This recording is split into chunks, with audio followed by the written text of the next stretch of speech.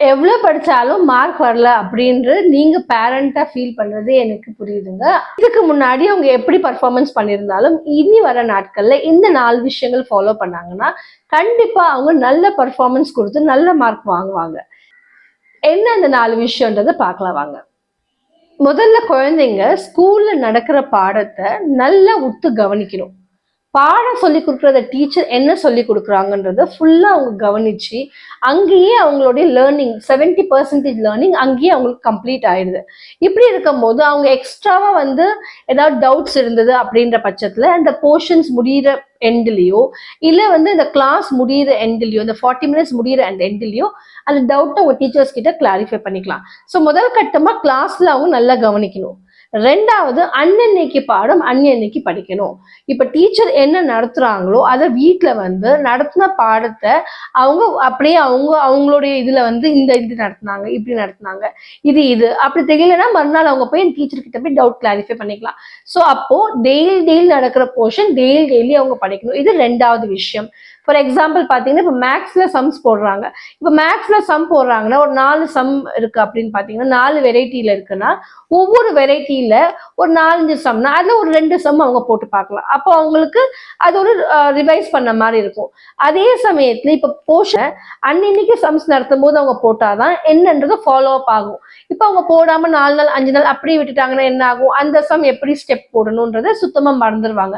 இது மேக்ஸ்க்கு மட்டும் இல்லைங்க, எல்லா சப்ஜெக்ட்டுக்குமே பொருந்தும்.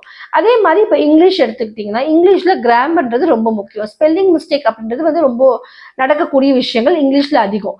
இப்போ இந்த ஸ்பெல்லிங் மிஸ்டேக் வராம கிராமட்டிக் எரர் இல்லாம இருக்கிறதுக்கு அந்தந்த கான்செப்டுக்கு ஏற்ற மாதிரி இப்போ என்னென்ன மாதிரி கிராமர் இருக்கோ அதை எப்படி வந்து அவங்க இது பண்ணும் ப்ராக்டிஸ் பண்றது, அந்த ப்ராக்டிஸ் கொஸ்டின்ஸ் பண்றது.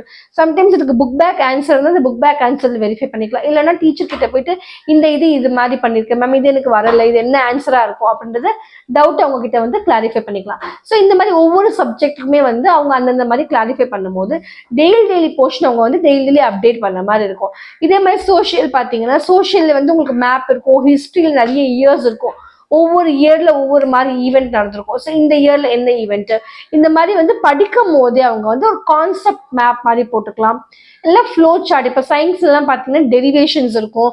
அண்ட் டெரிவேஷன்ஸை வந்து அவங்க ஃப்ளோ சார்ட் மாதிரி ஒரு conceptual map, pictorial representation, picture போட்டு அதுலேருந்து எப்படி ஒன்னோடு ஒன்று வந்து கனெக்ட் ஆகுது, ஒரு பிக்சர் சிம்பாலிக் ரெப்ரஸன்டேஷன் இந்த மாதிரி பண்ணும் போது ஒரு குட்டி குட்டி ஹிண்ட்ஸ் எடுத்து படிக்கும் போது படிக்கிற பாடங்கள் ஈஸியா மனசுல பதியும். அவங்களுக்கு வந்து பெரிய பெரிய பேராகிராஃப் இருந்தாலுமே அதை சிம்பிள் பாயிண்ட்ஸா எடுத்து குட்டி குட்டி ஹிண்ட்ஸ் மாதிரி எடுத்து அவங்க படிக்கும் போது ஈஸியா புரியும், மறக்கவும் மாட்டாங்க. மூணாவது டிப்ஸ் என்னன்னு பாத்தீங்கன்னா ரைட்டிங் ப்ராக்டிஸ். இப்போ உங்களுக்கு கிளாஸ்லயே ரைட்டிங் கொடுப்பாங்க. அந்த கிளாஸ் ஒர்க் எழுதுற மாதிரி இருக்கும், ஒர்க் ஷீட் பண்ற மாதிரி இருக்கும், இல்லை ஏதாவது ஒரு விதத்துல அந்த ரைட்டிங் ப்ராக்டிஸ் உங்களுக்கு இருந்துட்டு இருக்கும். இப்போ இந்த ரைட்டிங்கை நீங்க ரொம்ப உபயோகமா பண்ணிக்கணும். என்னன்னு பாத்தீங்கன்னா அந்த ரைட்டிங் பண்ணும் போது நம்ம வெறும் ரைட்டிங் மட்டுமே பண்ணாம அந்த ரைட்டிங்கோடு நம்ம சேர்ந்து புரிதலோடு பண்ணும் போது நம்மளுக்கு அந்த லேர்னிங் கொஞ்சம் ஈஸி ஆயிடுது. எழுதுறத புரிஞ்சுட்டு நம்ம எழுதணும். நம்ம டிவி பார்த்துட்டோம் இதை சுத்தி நடக்கிற விஷயங்கள் நம்ம வந்து கவனம் வச்சு பண்ணோம்னா நம்மளுக்கு எழுதுறது வேஸ்ட் ஆஃப் டைம். ஸோ அதுக்கு பதில் நம்ம என்ன எழுதுறோம் அப்படின்றத மைண்ட்ல வாங்கிட்டு எழுதும் போது இன்னும் நமக்கு ஸ்பெல்லிங் மிஸ்டேக் வராம அந்த எழுதுற மனப்பாடமான விஷயங்கள் மனசுல பதியறதுக்கு உபயோகமா இருக்கும். நாலாவது கடைசி முக்கியமான விஷயம் என்னன்னு பாத்தீங்கன்னா நம்ம ரீகேப் பண்ணணும். இந்த வாரம் நடத்துற போர்ஷன் நம்ம படிக்கிறோம் வச்சுக்கோங்களேன், இதை அப்படியே நம்ம எக்ஸாம் டைமுக்கு தான் படிக்கணும்னு விட்டு வைக்க கூடாது. வாரத்துக்கு ஒரு தடவை 15 டேஸ்க்கு ஒரு தடவை என்னென்ன படிச்சோமோ அதை ஃபுல்லா ரீகேப் ரிவைஸ் பண்ணி பார்க்கும்போது படிச்சது எல்லாமே நம்மளுக்கு நினைவுல இருக்கும். அப்போ நமக்கு எக்ஸாம்னு ஒரு டேட் அனௌன்ஸ் பண்ணும்போது நம்ம பயப்பட வேண்டிய அவசியம் இல்லை. ஐயோ நம்ம இதை படிக்கலையே அதை படிக்கலையே, நம்மளுக்கு கவலை வேணாம். அப்படி 1-2 விட்டு போயிருந்தா கூட அது மட்டும் நம்ம படிச்சுட்டு மீதி இருக்கிறத வந்து ரிவைஸ் பண்ணாலே நம்ம நல்ல மார்க் எடுத்துடலாம். ஸோ இந்த 4 விஷயங்கள் நம்ம கரெக்டாக ஃபாலோ பண்ணோம்னா டெய்லி போர்ஷன் படிக்கிறது, கிளாஸை கவனிக்கிறது, படிக்கும் போதே கான்செப்ட் மேப் இதெல்லாம் போட்டு படிச்சு ரைட்டிங் ப்ராக்டிஸ் ஒழுங்கா இருந்ததுன்னா ரீகேப் பண்ணோம்னா நம்மளுக்கு மறக்காது. மாதிரி நம்ம கரெக்டான 4 ப்ரொசீஜர்ஸையும் ஃபாலோ பண்ணோம்னா நல்ல மார்க் வாங்குவோம். எந்த இடத்துலயும் ஸ்பெல்லிங் மிஸ்டேக் பண்ண மாட்டோம். இப்போ டெரிவேஷன்ஸ் ஈக்குவேஷன்ஸ் எல்லாம் எப்படி பண்றது அதோட மெத்தடாலஜி வேற மாதிரி இருக்கும். இப்போ சிம்பிள்ஸ் எல்லாம் பாத்தீங்கன்னா அது வேற மாதிரி நம்ம படிக்கணும். எப்படி நம்ம எழுதி பார்த்து படிக்கணும். ஈக்குவேஷன்ஸ் பாத்தீங்கன்னா left hand side right hand side balance ஆகுதான்னு பார்க்கணும். அதோடைய ஃபார்முலா என்ன.